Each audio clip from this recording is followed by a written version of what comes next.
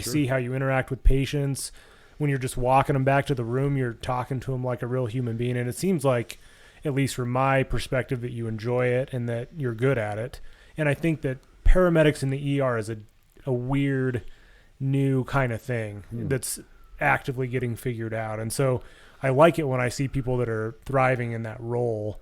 At our other hospital too, I feel like the paramedics in that role are doing really well, and they've found kind of that weird position for a paramedic to be in and been better for it. Whereas a lot of people really struggle in that role and don't do well in it. So I think that's interesting. I think that the only part that I appreciate that you mentioned that I really noticed for myself is I always try to introduce myself to the patient, because I was told a long time ago, learning in this business, I was a young EMT who thought he knew everything, and I had somebody pull me aside and tell me, you know what, man, if you just treat them like they're human beings and just introduce yourself and be a human and not be a robot and go PQRST, you know what I mean? We get caught in that hole because that's how we're learning.